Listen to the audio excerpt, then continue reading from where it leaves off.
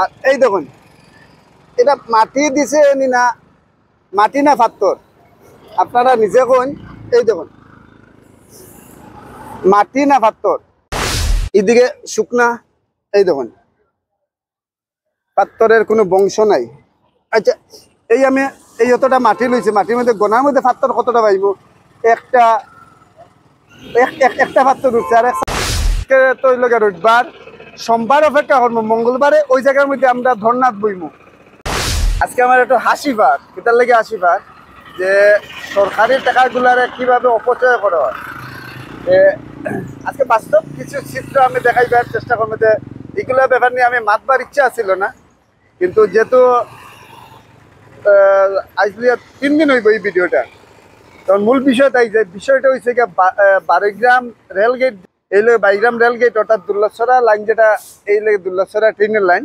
আর এই ট্রেনের লাইনে তো আপনারা প্রত্যেকে জানেন, এই রাস্তা দিয়ে যারা গাড়ি চলাচল বা পথচারী আছেন তারা জানেন এই জায়গাটার মধ্যে প্রচন্ড পরিমাণে গর্ত।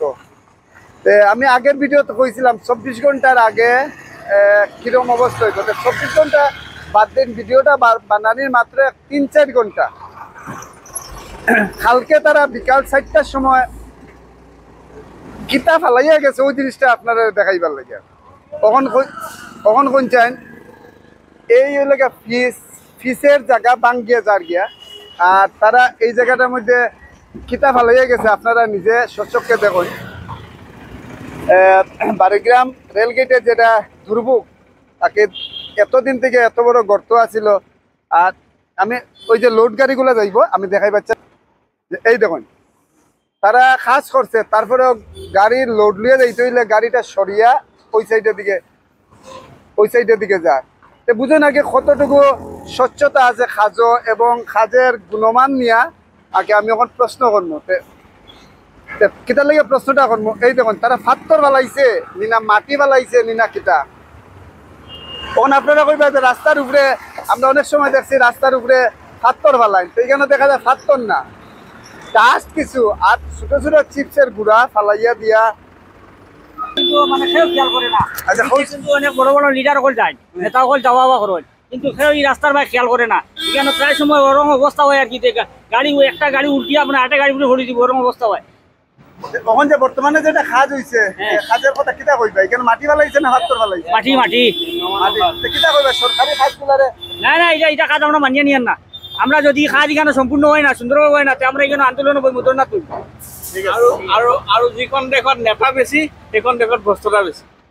যাই হোক, আমার খৈদুল বাইরে পাইছি এবং এই জিনিসটা প্রত্যেকটা মানুষের পথচারী যারা আছে তারা, আমি আরেকটা জিনিস আপনারা দেখাইমো। আগে গাড়িও এত ব্যস্ত রাস্তাটা আগে কল্পনা। যাই হোক, আমি আরেকটা জিনিস আপনারা আরেকটা জিনিস দেখাই। এই দেখুন ন্যাশনাল রোড, আর এই দেখুন এটা মাটি দিছে নি না মাটি না পাথর আপনারা নিজে কোন। এই দেখুন মাটি না পাথর।